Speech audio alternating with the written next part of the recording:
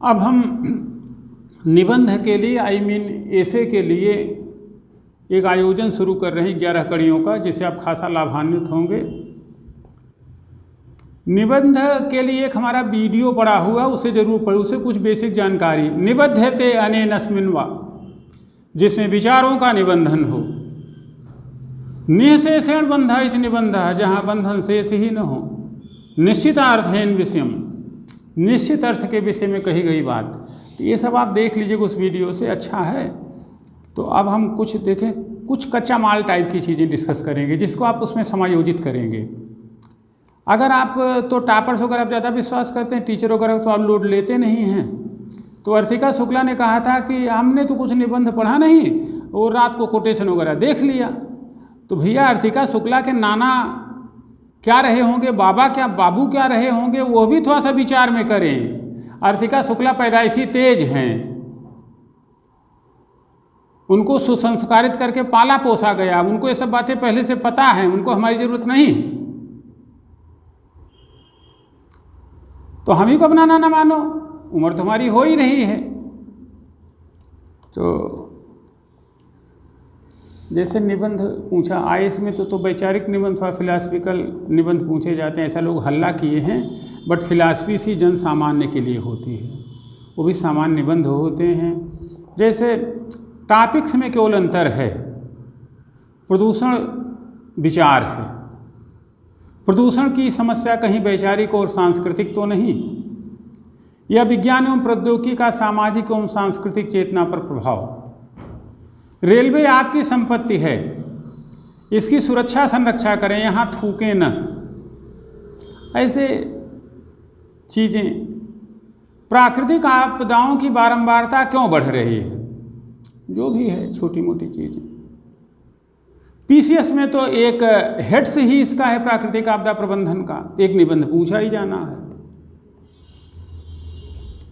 तो जब मैं छोटा था तो समय माननीय श्री मुरली मनोहर जोशी जी 92 के आसपास, पता नहीं संसद सदस्य थे, मुझे नहीं ध्यान आ रहा है या नहीं थे, फिलहाल इलाहाबाद विश्वविद्यालय में फिजिक्स के प्रोफेसर रीडर रहे होंगे। तो उनका एक लेख विज्ञान प्रगति में निकला था, विज्ञान एवं प्रौद्योगिकी का सामाजिक एवं सांस्कृतिक चेतना पर प्रभाव। उसे कई लाइनें इंस्पायरिंग थी। जैसे एक जगह जोशी जी ने कहा, हम सभी को पश्चिमी जीवन शैली नहीं दे सकते हैं, मिलनी भी नहीं चाहिए। ये जगह जोशी जी कहते हैं, प्रकृति के आध्यात्मिक महत्व को न समझ पाने की भूल के कारण भी तो कहीं प्राकृतिक आपदाओं की समस्या तो नहीं उठ खड़ी हुई है। कहते हैं, जिस घर में तुलसी की पूजा होती है वहाँ यमदूत नहीं आते हैं। भारतीय परंपरा में पीपल और आम की लकड़ी काटी नहीं जाती है, वृक्षों को देव सदन कहा गया है। आखिर यह प्रकृति, परिवेश, आबो हवा ही हमको जीवंत बनाए हुए हैं। क्षितिजल पवग गगन से मेर से ही हमारा प्रादुर्भाव है। इस नाते इसकी सुरक्षा और संरक्षा का संकल्प लेना मानव जाति की जिम्मेदारी है। अपेक्षा है कि गीता के अध्याय 10 को आत्मसात किया जाए। 17 नंबर वाली गीता खरीदें, अध्याय 10 में जहाँ भगवान कहते हैं, मैं यज्ञ हूँ, मैं वरुण हूँ, मैं ये हूँ, मैं ये हूँ, मैं वो हूँ। उन्हें तो आप भगवान मानते हो। तो गीता के प्रकृति के आध्यात्मिक महत्व को समझें। ध्यान रहे, दहशतगर्दी की कोई औपचारिकता नहीं होती, ऐसे प्राकृतिक आपदाओं की भी कोई औपचारिकता नहीं होती। जब प्राकृतिक आपदाएं आएंगी तो मोदी, मुलायम, मायावती और मणि लालमणि में कोई भेद नहीं करेंगे, सबको एक सार प्रभाव डालेंगे। प्राकृतिक आपदाएं अगर प्रकृति स्वरूप में होंगी तो उनके आगे के हेतु शुभ होंगे, और अगर मानव जनित होंगे तो कोई पुरुषाहाल नहीं होगा। इस नाते प्रकृति के आध्यात्मिक महत्व को समझें। हम गीता के माध्यम से आपको समझाते हैं। ज़्यादा तो मुझे गीता आती नहीं, संस्कृत भी उतनी नहीं आती है, किंतु गीता के अध्याय 10 में योगेश्वर कहते हैं, स्थावराणाम हिमालयः, अचल वस्तुओं में मैं हिमालय हूँ। मृगाणाम च मृगेंद्रोहम, पशुओं में सिंह हूँ, झसाड़ाम चमकरास में जलचरों में मैं मकर हूँ, अश्वत्थ सर्ववृक्षाणाम वृक्षों में मैं पीपल हूँ, वैन्यतेश्च पक्षिणाम पक्षियों में मैं गरुण हूँ, स्रोत सामस्वी जाह्नवी नदियों में मैं गंगा हूँ। जोशी जी कहते हैं भारतीय परंपरा में यद्यप सारी नदियाँ पवित्र और पुनीत हैं, गंगा का अधिमान थोड़ा ज़्यादा है।